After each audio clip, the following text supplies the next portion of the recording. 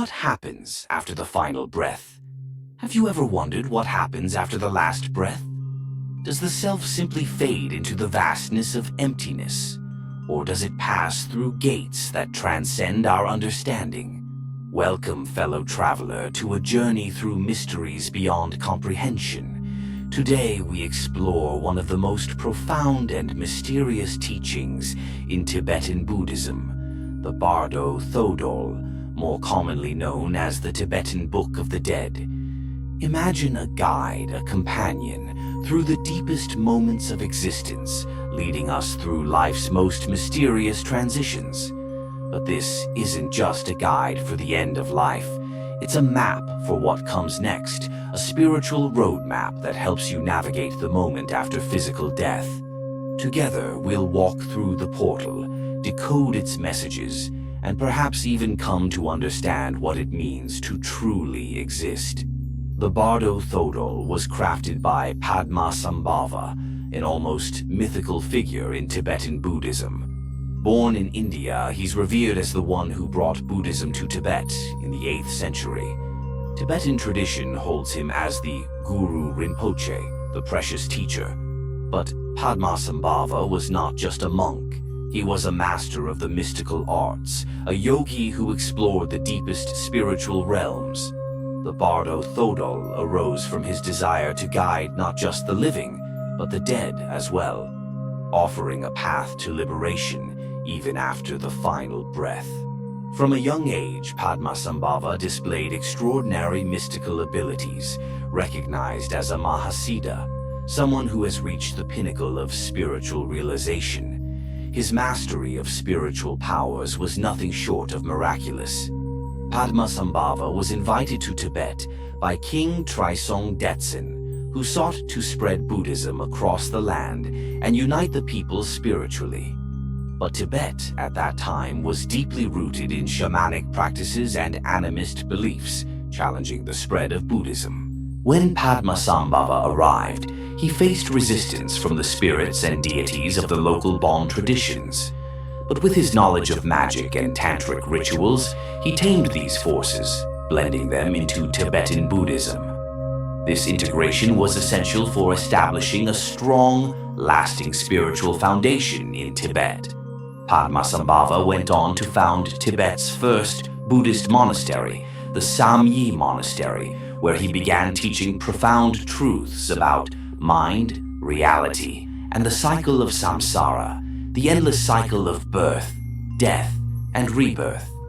Tibetan Buddhism sees death not as the end, but as a transition, an opening to spiritual liberation. Padmasambhava understood that at the moment of death, the mind enters a special state, a state where, free from the distractions of the physical body, it becomes more receptive to the ultimate truth.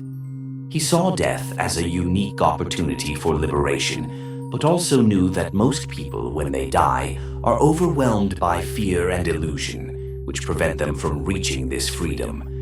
His mission: to create a guide, something that could be recited by those accompanying the dying, or even studied in life.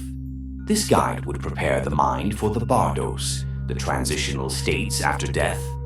In essence, he wanted to ease suffering and open the doors to enlightenment, even in the face of uncertainty.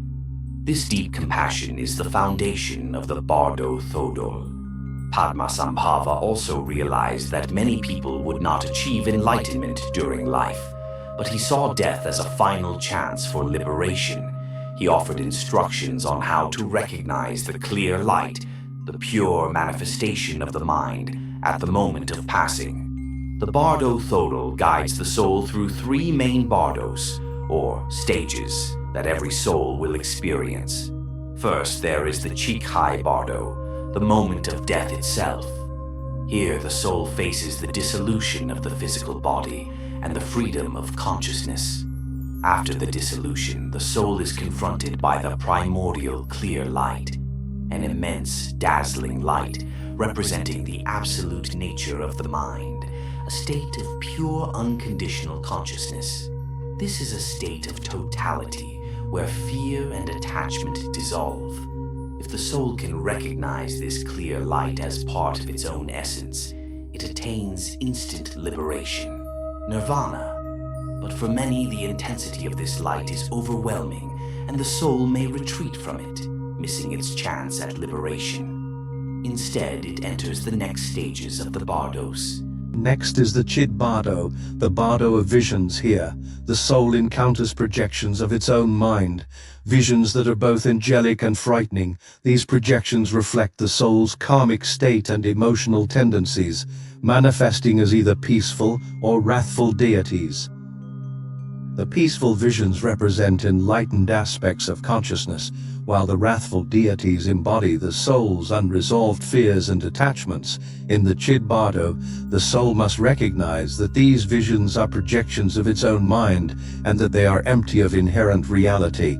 Only by doing so can it achieve liberation. And the final stage is the Bardo, the Bardo of rebirth. At this point, the soul faces the choice of its next body. This choice is determined by the accumulated karma from previous lives. The soul's mind, influenced by its emotional and karmic tendencies, will be drawn toward a new form of existence. However, the Bardo teaches that, through detachment, the soul can transcend this cycle and choose liberation instead of rebirth. By training in life to detach from illusion, we could be prepared for the Bardo, where we can transcend the urge for rebirth and merge with the clear light, the ultimate essence of the mind. Death is not the end. It is a portal, a transition, and a final chance to transcend the cycle of rebirth.